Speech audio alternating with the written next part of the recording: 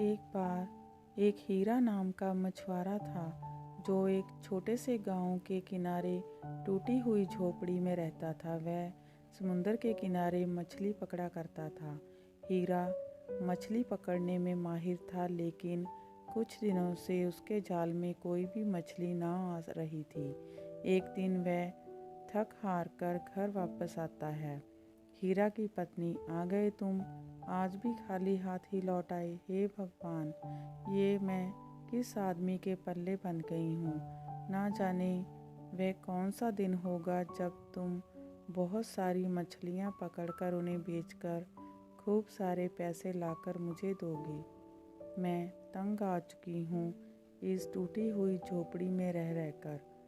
आपको बता देती हूँ, अगर आप मुझे अपने साथ रखना चाहते हो तो खूब पैसे ला कर दो। हीरा, अरे तुम ही बताओ मैं क्या करूं? दिन भर तो समुंदर के किनारे इसी इंतज़ार में बैठा रहता हूँ कि अब कोई मछली मेरे जाल में फंसे, लेकिन पता नहीं क्या हो रहा है मेरे साथ। किस्मत साथ ही नहीं दे रही और मैं खाली हाथ ही घर लौट आता हूँ। हीरा की पत्नी, वह सब मैं नहीं जानती हूँ। जब देखो तब यही कहते रहते हो, मैं क्या करूँ? जाओ और मछली पकड़ कर लाओ। अपनी पत्नी की यह बातें सुनकर हीरा बहुत दुखी हो जाता है और अपनी छड़ी के साथ समुद्र के किनारे जाता है। मछलियाँ पकड़ने के लिए वह बस अपनी नाव में बैठ जाता है, लेकिन तभी उसकी नाव समुद्र में नीचे जाने लगती है और उसके जाल में एक बड़ी और सुनहरी मछली फंस जाती है। हीरा, मेरा जाल एकदम से इतना भारी कैसे हो गया?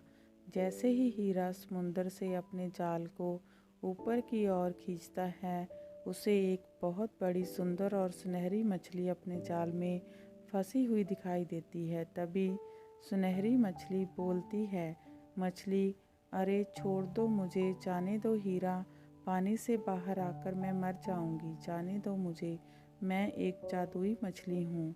तुम जो भी मांगोगे वह तुम्हें मिल जाएगा, लेकिन मुझे जाने दो। हीरा, हीरा, क्या सच में तुम एक जादुई मछली हो? मछली, हाँ हीरा, मैं बहुत दिनों बाद अपने महल से इस समुद्र में बाहर आई थी, लेकिन तुम्हारे जाल में फंस गई। तुम मुझे छोड़ दो। हीरा, मुझे माफ़ कर दो। सुनहरी मछली, मुझे नहीं पता था कि तुम एक जादुई मछली हो। मैं तुम्हारा क्या करूँगा? तुम कोई साधारण मछली नहीं हो, इसलिए तुम जा सकती हो।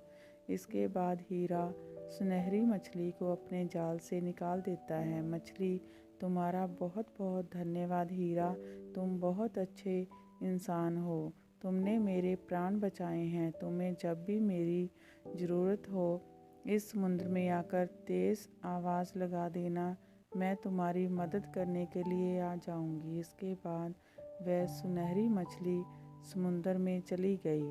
तभी सुनहरी मछली और हीरा की सारी बातें पेड़ के पीछे छुपा एक आदमी सुन रहा था। वह तभी हीरा के घर जाता है। आदमी, अरे कमला भाभी, आज तो पता है गजब ही हो गया।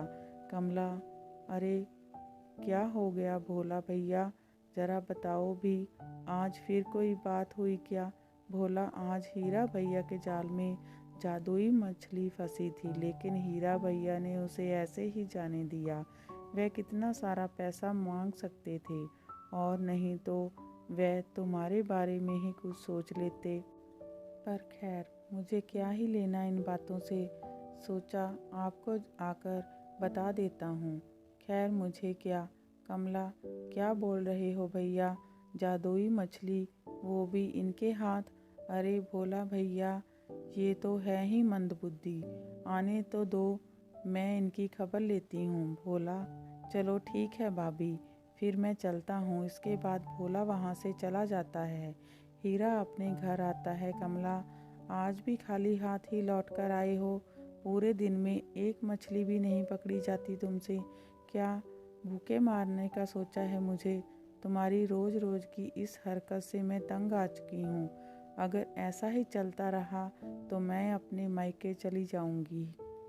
हीरा, अरे भगवान, ऐसा मत कहो, मैं कुछ कोशिश करता हूँ। मछली पकड़ने गया तो आज एक मछली फंसी भी थी, लेकिन वह एक जादुई मछली थी। उसका मैं क्या करता, इसलिए मैंने उसे जाने दिया। कमला, अरे मूर्ख इंसान, ये तुमने क्या किया?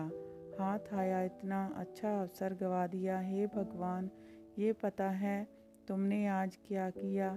वह एक जादुई मछली थी। उसकी आज़ादी के बदले तुम मुझसे जो कुछ भी मांगती वह तुम्हें दे सकती थी।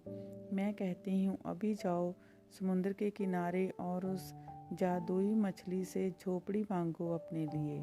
जाओ। हीरा समुद्र के किनारे जाता है और वहाँ तेज तेज चिल्लाने लगता है। हीरा, हे सुनहरी मछली, तुम जहाँ भी हो मेरे सामने आओ। तुम्हारी जान बचाने के बदले मेरी पत्नी की कुछ इच्छा है। मेरे सामने आओ सुनहरी मछली। तभी सुनहरी मछली हीरा के सामने उपस्थित हो जाती है। सुनहरी मछली, हीरा, क्या इच्छा है तुम्हारी पत्नी की? तुम जो भी मांगोगे वो मिल जाएगा, लेकिन मैं तुम्हारी केवल 3 इच्छा पूरी कर सकती हूँ। तुम्हारी तीसरी इच्छा तुम्हारा वर्तमान होगा, ध्यान रखना।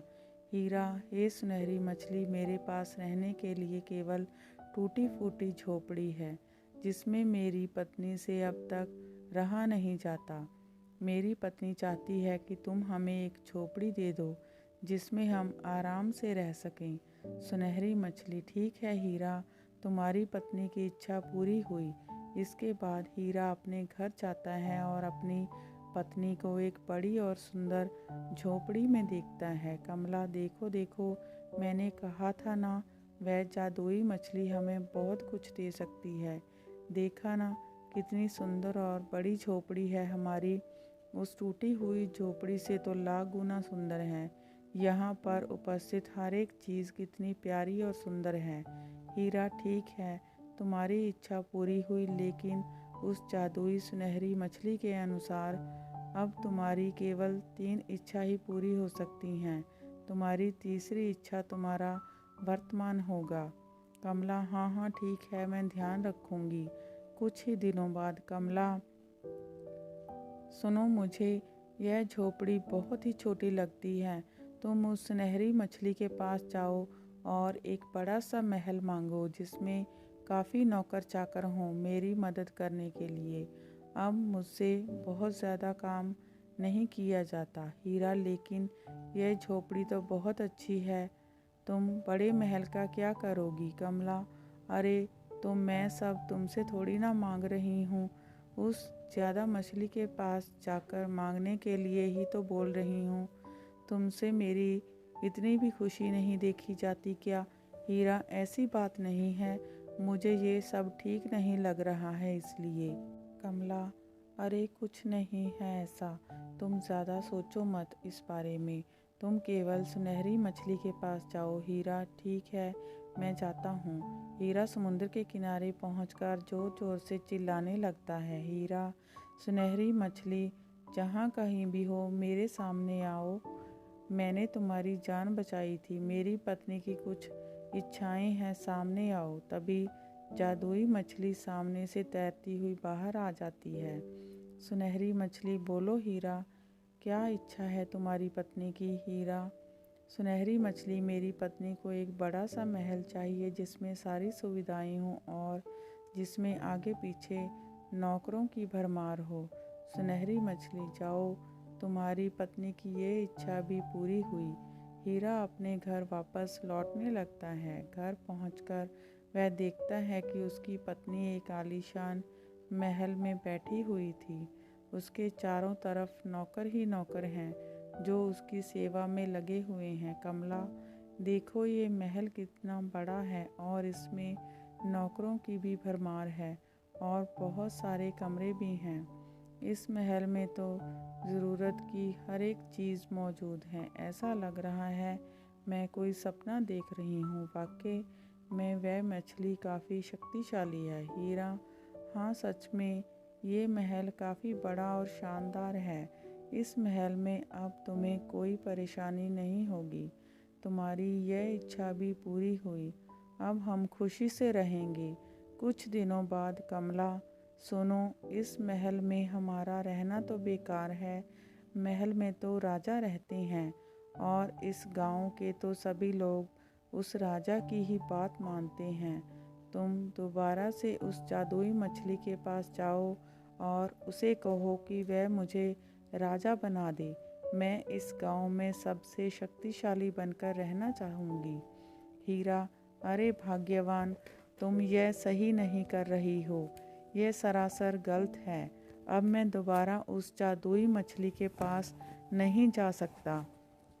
तुम्हारे पास इतना बड़ा महल है और इसमें ज़रूरत की सभी चीज़ें मौजूद हैं। हमें ज़्यादा लालच नहीं करना चाहिए और इसी में खुश रहना चाहिए। कमला, देखो, मेरे सामने बकवास मत करो। तुम अभी की अभी उस सुनहरी मछली के पास जाओ, नहीं तो अच्छा नहीं होगा, मैं बता दे रही हूँ। हीरा अपनी पत्नी की बातों को सुनकर उदास मन से सुनहरी मछली के पास जाता है। हीरा, जादुई मछली, मैंने तुम्हारे प्राण बचाए हैं, इसलिए बाहर आओ। मेरी पत्नी की कुछ इच्छाएं हैं। तभी अचानक से सुनहरी मछली सामने आती है।